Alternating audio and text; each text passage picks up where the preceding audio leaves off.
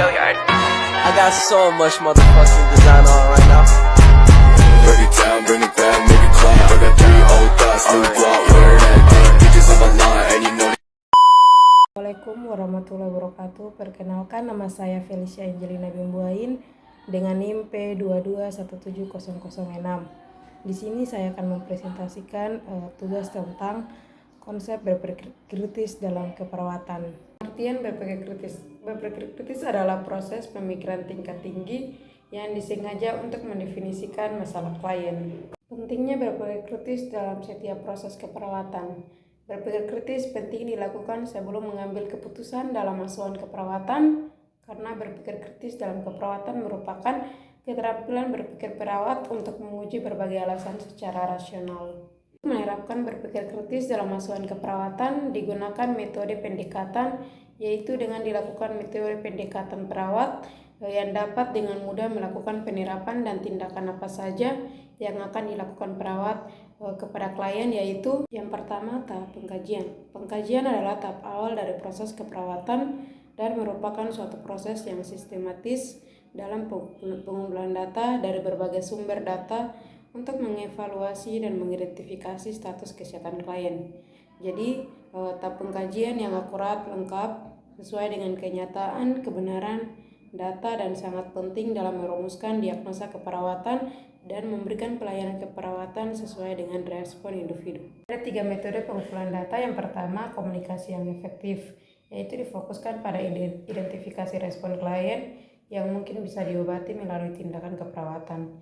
Yang kedua, observasi, yaitu mengamati perilaku dan keadaan klien untuk memperoleh data tentang masalah kesehatan dan keperawatan klien. Yang ketiga adalah pemeriksaan fisik, yaitu infeksi, palpasi, perkusi, dan auskultasi. Adalah tipe data pengkajian. Yang pertama, tipe data subjektif.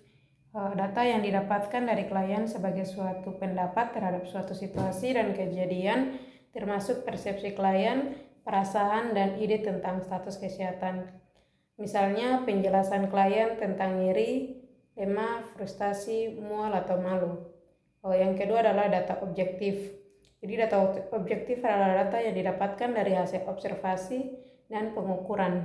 Contohnya frekuensi pernapasan, tekanan darah, edema, dan berat badan. Ini adalah karakteristik data pengkajian. Yang pertama, lengkap. Data yang terkumpul harus lengkap guna membantu mengatasi masalah klien yang adekuat. Yang kedua adalah akurat dan nyata. Perawat harus berpikir akurasi dan nyata untuk membuktikan benar tidaknya apa yang telah didengar, dilihat, diamati, dan diukur. Ada tidaknya validasi terhadap semua data yang sekiranya meragukan. Ini adalah data relevan. Buat data komprehensif tapi singkat dan jelas. Catat data relevan sesuai masalah klien yang merupakan data fokus terhadap masalah klien dan sesuai dengan situasi khusus. Sumber data pengkajian yaitu yang pertama data primer, yang kedua data sekunder, yang ketiga adalah sumber lainnya. Ini adalah diagnosa keperawatan. Keputusan klinis tentang respon individu, keluarga, dan masyarakat tentang masalah kesehatan aktual dan potensial sebagai dasar seleksi intervensi keperawatan untuk mencapai tujuan asuhan keperawatan sesuai dengan kewenangan perawat. Selanjutnya, intervensi keperawatan. Perawat membuat rencana tindakan keperawatan untuk mengatasi masalah keperawatan dan meningkatkan kesehatan klien. Intervensi keperawatan, komponen penting dalam proses keperawatan yaitu standar intervensi keperawatan yang ditetapkan secara nasional. Ini adalah implementasi keperawatan. Jadi serangkaian kegiatan perawat untuk mencapai tujuan yang diharapkan dalam membantu klien menghadapi masalah kesehatan. Tahap implementasi dimulai setelah rencana tindakan disusun dan ditujukan untuk membantu klien mencapai tujuan yang diharapkan. Selanjutnya adalah evaluasi keperawatan. Evaluasi merupakan tahap akhir dari rangkaian proses keperawatan. Evaluasi merupakan tahapan yang menentukan apakah tujuan dapat tercapai sesuai dengan yang ditetapkan dalam tujuan di rencana perawatan. Tahap yang berikut adalah dokumentasi. Dokumentasi keperawatan adalah salah satu peran perawat untuk melakukan pendokumentasian sebagai pertanggungjawaban keperawatan. Pendokumentasian sangat penting bagi perawat karena sebagai dasar hukum tindakan keperawatan yang sudah dilakukan jika suatu saat nanti ada tuntutan dari pasien.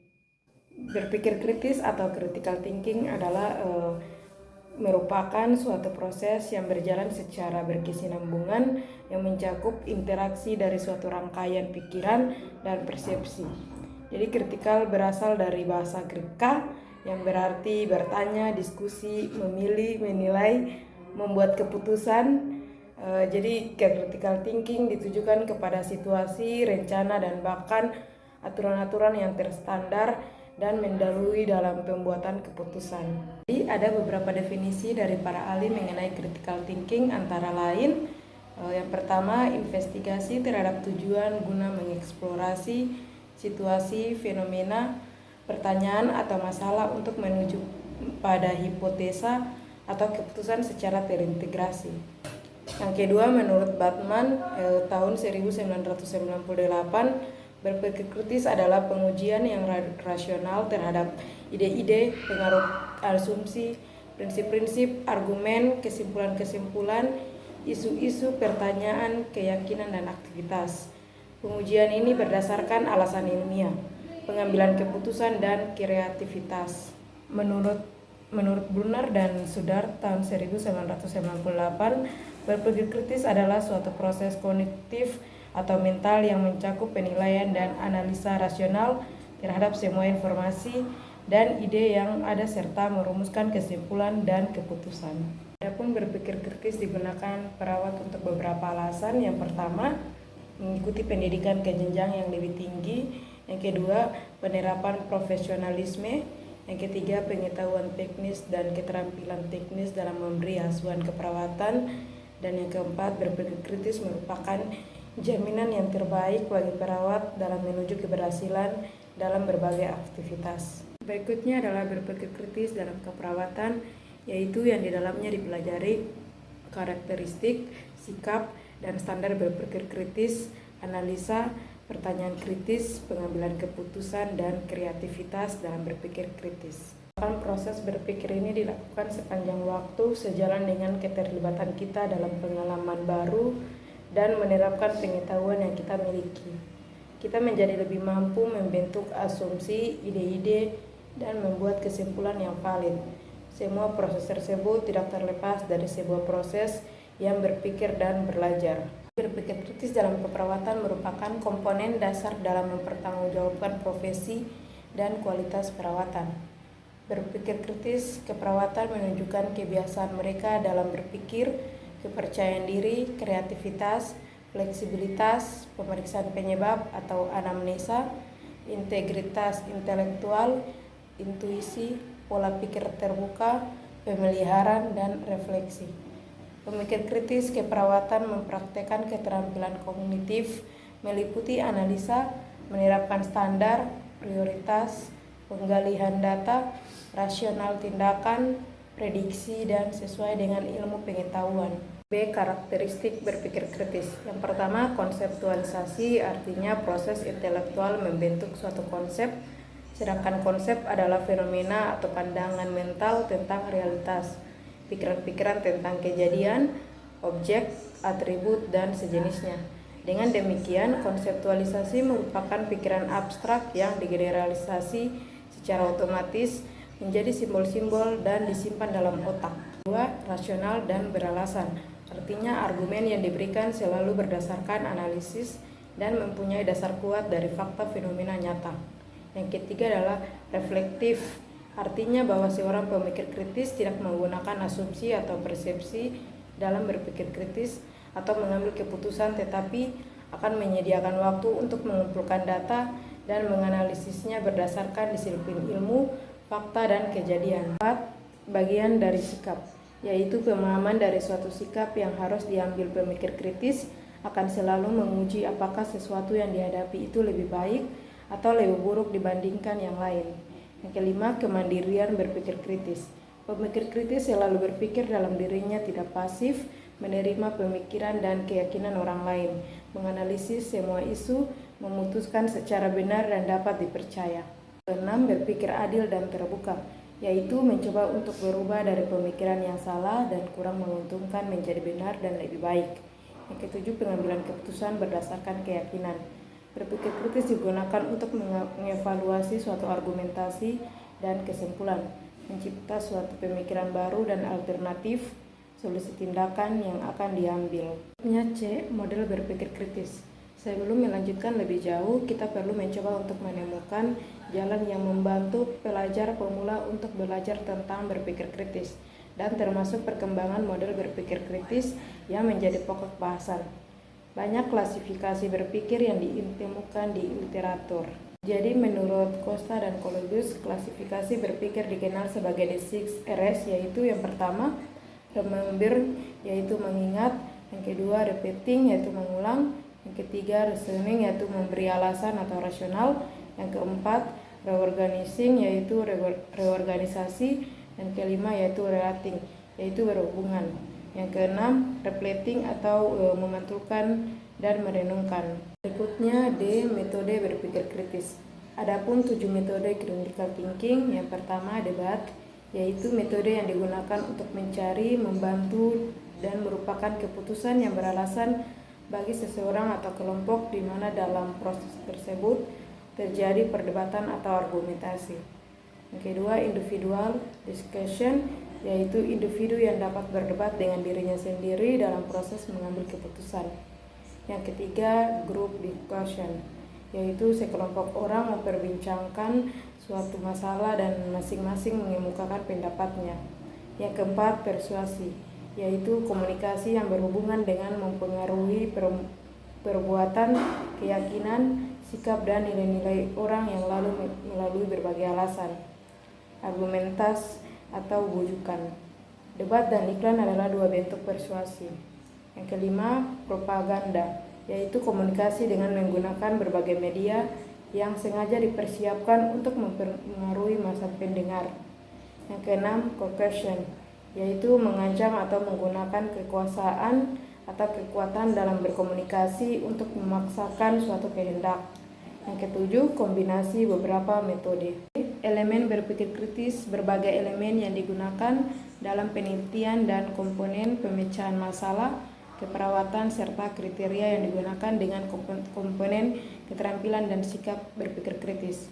Elemen berpikir kritis antara lain yang pertama menentukan tujuan, yang kedua menyusun pertanyaan atau membuat kerangka masalah, yang ketiga menunjukkan bukti, yang keempat menganalisis konsep, yang kelima asumsi.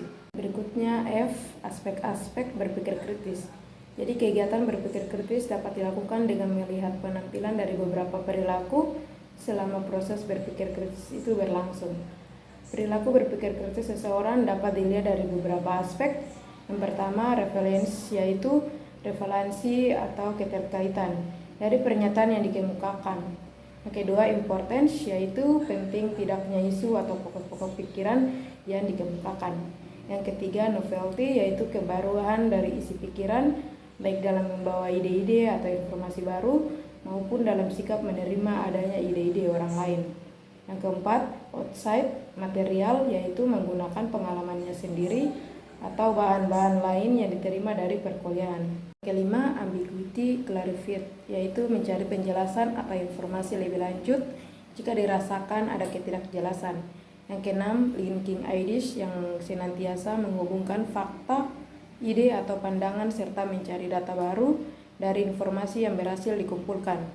Yang ketujuh, justification, yaitu memberi bukti-bukti, contoh atau justifikasi terhadap suatu solusi atau kesimpulan yang diambilnya, termasuk di dalamnya senantiasa memberikan penjelasan mengenai keuntungan dan kerugian dari suatu situasi atau solusi. Fungsi berpikir kritis dalam keperawatan.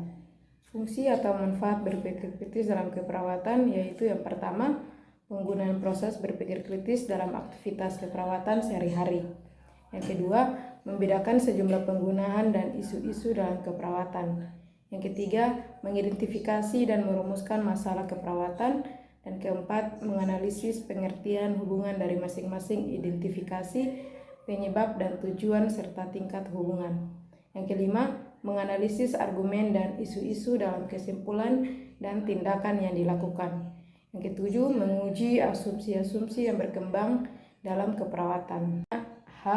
Pemecahan dalam proses berpikir kritis, yaitu pemecahan masalah termasuk dalam langkah proses pengambilan keputusan yang difokuskan untuk mencoba memecahkan masalah secepatnya. Masalah dapat digambarkan sebagai kesenjangan di antaranya apa yang ada dan apa yang seharusnya ada. Pemecahan masalah dan pengambilan keputusan yang efektif diprediksi bahwa individu harus memiliki kemampuan berpikir kritis dan mengembangkan dirinya dengan adanya bimbingan dan role model di lingkungan kerjanya. Ada 7 langkah-langkah pemecahan masalah, yaitu yang pertama, mengetahui hakikat dari masalah dengan mendefinisikan masalah yang dihadapi. Yang kedua, mengumpulkan fakta-fakta dan data yang relevan. Yang ketiga, mengolah fakta dan data. Dan keempat, menentukan beberapa alternatif pemecahan masalah. Yang kelima, memilih cara pemecahan dari alternatif yang dipilih. Yang keenam, memutuskan tindakan yang akan diambil. Yang ketujuh adalah evaluasi.